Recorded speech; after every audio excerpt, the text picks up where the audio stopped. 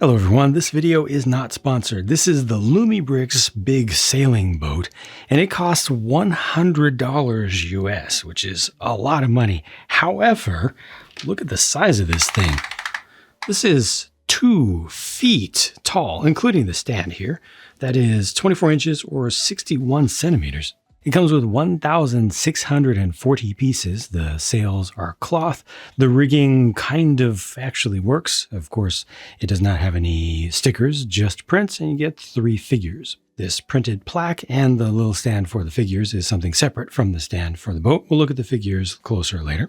Meanwhile, the stand for the boat itself is nice. It's kind of basic, but it definitely more than does its job. I do want to quickly point out a couple of big things from the other side. First of all, the sails, while they're very nice and the prints are good and the cloth material is nice, they are only printed on one side. So if you've got bow to starboard, this is what you see. It's not the greatest. It's not the worst, as long as you have some kind of light coming from behind, some kind of light diffusing through. You know, it's fairly consistent. They don't have weird colors in the rigging or anything, but it's just a little bit disappointing from this side. Would have been nice to have, I don't know, at least another set of sails that are printed, you know, mirrored to this, if you do want to have that option of displaying it any way other than this. Also, you saw on the other side, I've got another one of those USB battery boxes because they're just way more convenient for me doing these videos, but this does have its own battery box system built in. It takes 3 AAAs. It's just an option, fits right down underneath in the stern there. And this has lights on the outside. One right here, of course, one on the other side for your marker lights, and it also has some lights on the inside. So you can see the one warm colored one right there. And then when I take off the dinghy, you can open up the sides, and of course we'll look at the interior detail, but you've got lighting right there. And over here on this side, I can get my fingernail in there. There we go. You've got a single light up front as well. Here's how those look with the other side opened up. You just don't get the greatest access from the side. If you really want to see the interior, you're going to need to take the deck off. Almost forgot, there's a light up here as well. Look at that. Before I do take the deck off though, let me go ahead and show you it. All of this shaping here, in my personal opinion, once again shows that the LUMIBRICKS designers understand the assignment. When they take on a specific era or a specific style, a specific thing, they do their research and they understand that thing and how it should look. This 100% grabs the last 50 years of nautical above water design. I don't know if there's a specific school where all of these boat designers go, all the folks who work on the deck and above stuff, but they definitely have a very clear, consistent design. Until you get into really super modern super yachts where they started to change a little bit and actually get a little bit more boring. Like, so many boats feel like they were designed by the same person if you just look at them above the water. And this gets that style and that shaping 100,000%. It's so good. These are actually ports. They are translucent or transparent, so light can get through there. This is all smoky here. You've got a little bit of the nice bright silver. Let's see if I can get a better angle for you there. Just angle that back. The bright silver for some of the supports there, and mixed in with a little bit of molded silver as well. But that's all good. I like the dark azure color. That's the accent that's also used below the waterline on this. Your wheel is also that nice plated color. It's not full electroplating. It is a paint. You know, it is just a liquid spray application, but still looks pretty nice. Got your little compass right there. It's not actually obviously it doesn't actually work. There's not a print in there either, but it looks great.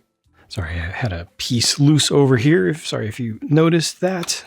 Back in here, this is basically just temporary stowage. At this point, you can't really put figures back there or anything, but this hatch is really nice. And once again, the shaping of it and how it works, like, that is, again, absolutely proper. Back here, you've got a couple of fishing rods coming off the top of the transom. This is done in stainless steel for some reason. The suggestion here is that it's done with stainless steel. It's not actually connected to the wheel or anything like that. You know, it's just kind of free moving, but, you know, once again, with the nice shiny metal kind of look. I don't like the use of tires here. It cheapens down the design I don't think that somebody with a boat this nice would be cheaping out with tires. I think they would have some nice high-end fenders that they would use there. These gaps are not good, right? Nobody wants to see a gap like that. That's really unfortunate there. The transition to straight sides and then curved is a little bit awkward as well. That's a print, of course. And then the same thing happens over here. So you got that gap, which is significant. The tire, which, yeah, I think it's just not the right choice for this kind of era and this level of sophistication of boat. And the choice of style of anchor is also questionable, but again, it's very obvious that it is an anchor. It's the right type of design and in general. And again, the shiny pieces just feel fancy. Prints here are good because they are printed across multiple parts after those parts are assembled. And this is tampo printing, not UV printing. So it's nice and smooth. The handrails on either side are done with just one single long flexible tube, and this flexible tube is a good material. It's nice and flexible. It's not like the leading brand where you first of all have a limited length and you'd have to do at least 2 of them here, but also they're rather stiff and you kind of have to pre-bend it. This I did not have to pre-bend. It has enough flexibility that I was able to just connect it directly to these little metallized or metallic silver injection molded skeleton foot stanchions along the way, and just make it fit. Just had to be careful about the length. Technically, this is intended to be cut, so if you want it to be the exact length, just cut it. But here I did not. I just left all the material there.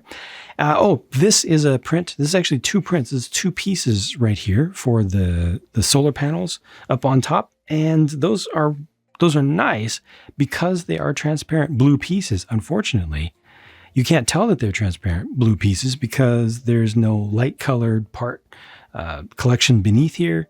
They just kind of wasted the fact that these are transparent blue parts. So you're not able to get as nice of a gemming effect out of those. The refraction is missing. The rigging is, like I said earlier, actually kind of effective. It's slightly taut. So you've got your forestay here, which is made with 2 of these pieces. You don't have to do any tying of knots. It's lightly taut.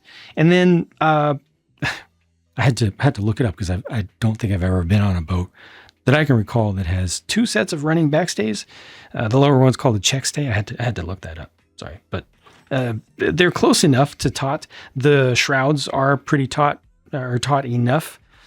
Taut meaning tight, which is important to make rigging work, because ultimately the mast here is it's relatively loose. If you only just attach when you first just attach the mast, it's just kind of like all over the place, and that's kind of scale realistic. Honestly, a lot of the strength, matter of fact, most of the strength and rigidity of the rigging of a sailing boat actually comes through the ropes, through the rigging. It's unfortunate that the shrouds are not attached to the spreaders. If they were, that would be awesome. If they just adapted some things here to get a little clip on the side. Actually, I think they might even have a piece that just has an open stud with a clip on it. So you just slip this in there. That would have made this even more taut, and it would have been even better. But I mean, the basics are here. Definitely they did a better job than most toy manufacturers would do. They're taking their jobs seriously enough. A little bit of suggestion of sheeting down here for the jib, not so much for the main. Unfortunately, it would have been nice to have something there. But again, efforts were made. Efforts were fairly successful, more successful than I would say with most. I'm going to go ahead and take the entire deck off, and I'm not going to be careful this time. I'm just going to kind of roll the dice and pray, hope that connection thing, that one issue that the LUMIBRICKS sets have always had, is fixed. And unfortunately, it is not. So back here, there's a 1x4 modified plate piece that has the connection, the electrical connection, and the part that should be staying on the top is staying connected to the bottom, which means I have to quickly put this back and be careful about it. Use the tricky technique that I've told you guys about entirely too many times now. I wish that I didn't have to say it. I wish that they would just fix this problem. I have to push down on that side and be very careful to kind of break this over in that direction to make sure that the parts separate right there, and that the part that's supposed to stay on the deck stays there, and the part that's supposed to go with the cabin and all comes up, and unfortunately it's not happening. Now I can tell it's not happening because the lights are staying on. The lights should immediately go out as soon as I kind of break this over. And the problem with the design here that's preventing this trick from working is that this piece, so there it is, that's the part that's supposed to stay up above, I'll just have to manually separate it, is not all the way at the edge. Normally it's all the way at the edge, so you're able to just kind of cause that piece to let go for you. But in this case, that's just annoying. They really need to fix this. It's the smallest, simplest little thing, but they just haven't gotten it right yet, unfortunately. And until they do, I'm going to have to keep calling it out, because that is going to be definitely frustrating for a lot of folks, I think, who want to see like the interiors of things.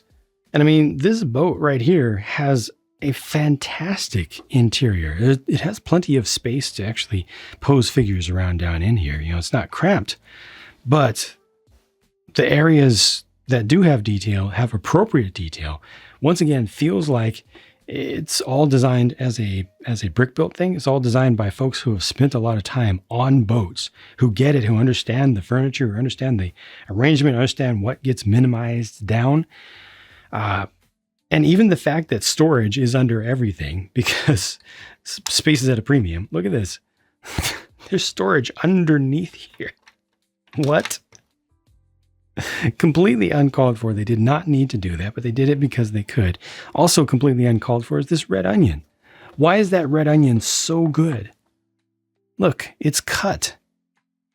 One printed piece down there, one not printed piece, that little dome stud thing. It's absolute perfection. It's not fair. It's just not fair. What are they doing? How are they doing that? Look at the printed pieces in here. It's so cool. It's too cool. Obviously you got your oven, and is that supposed to be a dishwasher oven, or is it just more store? No, it's oven and fridge. That's what it is. This should be, no, the dishes are being stored in there. That's odd. Should be oven and fridge. Even though it's not efficient to have the two side by side. Is this supposed to be fridge? Sorry, I forget. Yes, this is fridge over here. Okay, so this is something that I've never seen done before. Uncooked poultry. They just used the light flesh tone for a leg of chicken or turkey over there, which is kind of cool. More prints towards the front. This is actually a little bit cramped. When you have the mug there and the tea cup, it doesn't quite fit. You might see that things are looking a little bit cramped because they are. That's one rare miss. The door to the engine compartment back here is nice, little, built up thing. The small steps there as well, turning this all the way around. You have access to the head, right? To the restroom, the bathroom there. And you can see that from the outside a little bit better in this case, but it's a simple but good enough build. It has both the toilet and the shower. You build the shower later on. You can see the shower head over here, and there's also a little suggestion of drainage there. So, they're keeping all of this stuff in mind. Got a couple of dive fins over here for when you reach one of your temporary destinations along the way. There's more storage underneath here as well. Got a full settee set up over here. Got some books up here. Like, this is just really, really, really, really good. Like a radio operator's navigator's desk over here. You could see that as, and the position of the light is just right. And then we move up to the stateroom. There's only one single bed. The way the bed is done, that's done actually fairly early on in the build of this. This is an actual slanted tile piece. It's a wedge tile piece.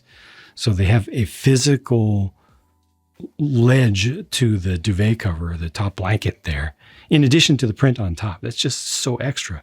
And then again, more prints back here.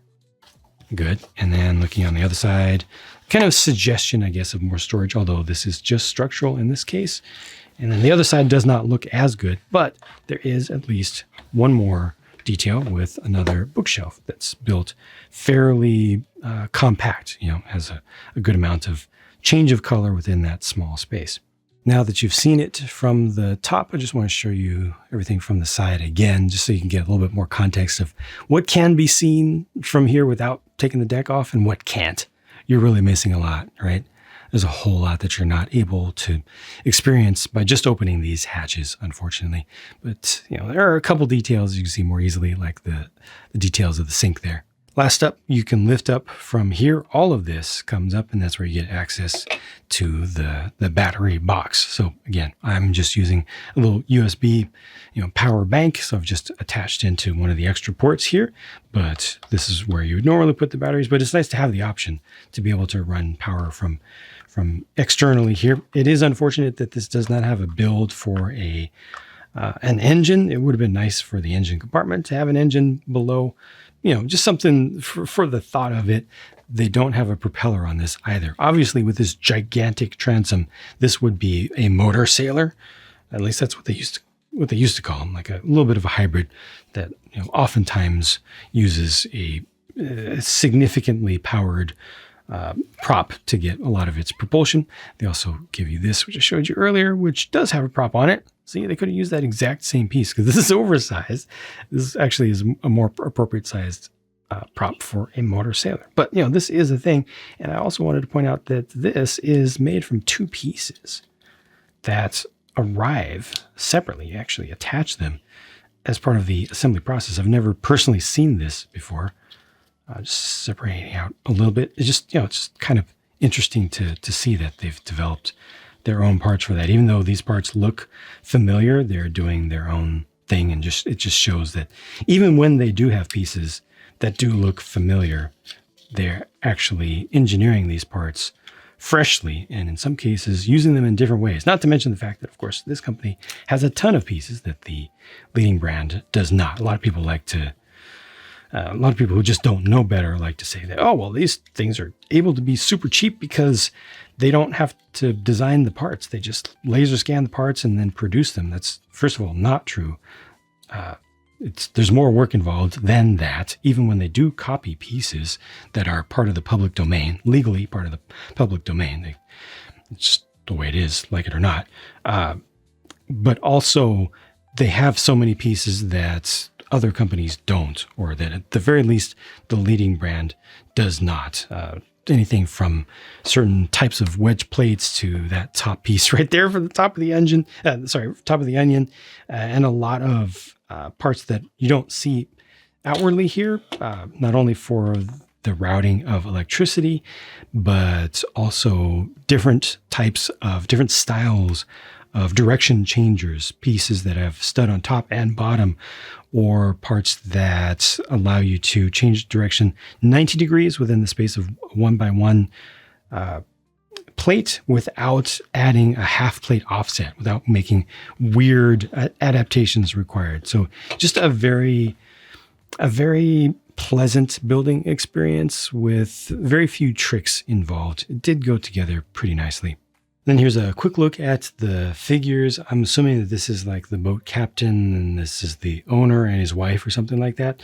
The body shaping that they tried to print onto this one is pretty awkward, especially with the white stripes along the side there. But something that I found really interesting and really cool here is that these look like dual molded legs, because look at that. The color goes all the way around 360 degrees.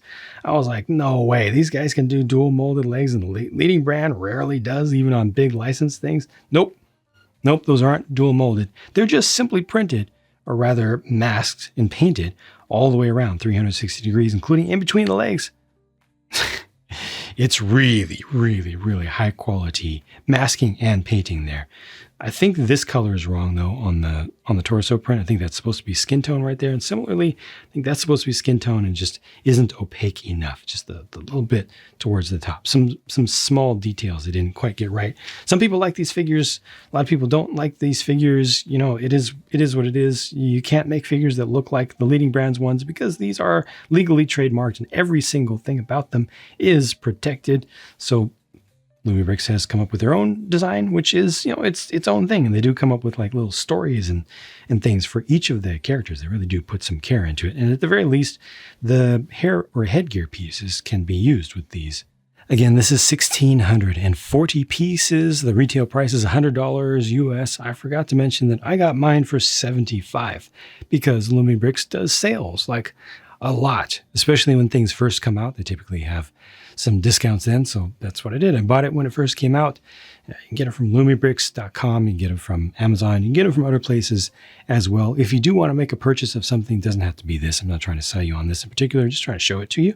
But if you do like some of this stuff and you want to make a purchase and you want to support independent content creation, which is an increasingly rare thing these days, I'm not trying to hype myself up or anything, but the many of us out there who actually buy the stuff and with our own money, so we feel the pain of the loss of cash from our person to put into a thing to then evaluate it, and give you an honest feedback about it. If it's harder and harder to do that with so many company sponsorship deals being just absolutely everywhere on social media.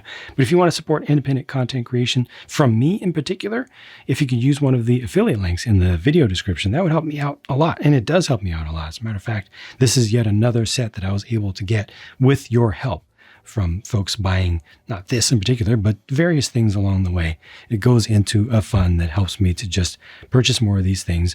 And I've got a lot more coming. I'm going to keep investing back into the channel and into the content here, and kind of seeing what works well, what you all like, and also branching out, making sure to not stick to just a few core brands. I want to bring visibility to different brands as well, and try to find some new quality competitors to even a company like this that does such good work.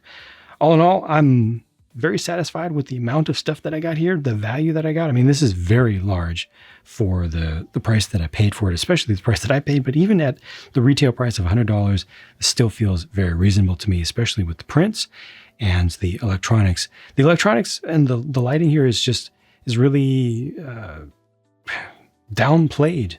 The lights are there. It's just far fewer than you would expect from a company that has Lumi in the name. Normally their stuff is slightly overlit, and I prefer subtlety myself. But in this case, it just feels like they kind of sold themselves short a bit. They could have put a couple more LEDs in there, especially down in under deck. I would have liked to see a little bit of light coming through these ports right here.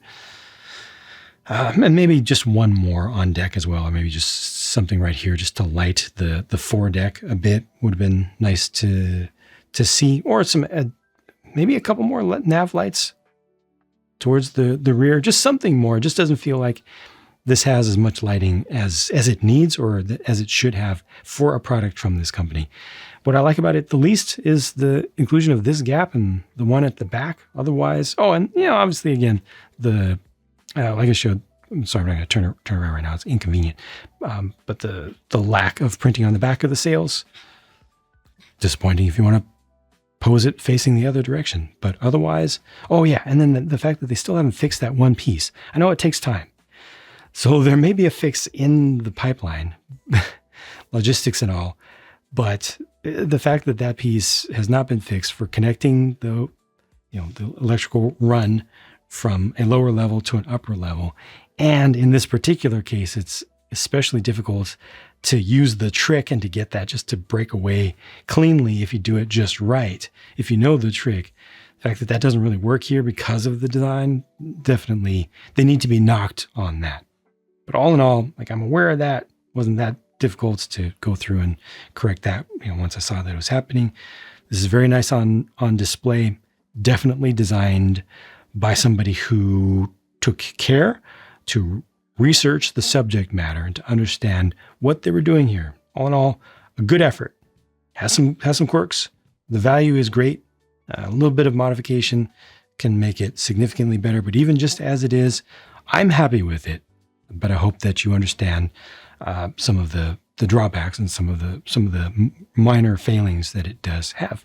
Thank you very much for watching. I hope that this brought you some value as a video, and I'll talk to you again soon. Thank you for your support. Bye for now.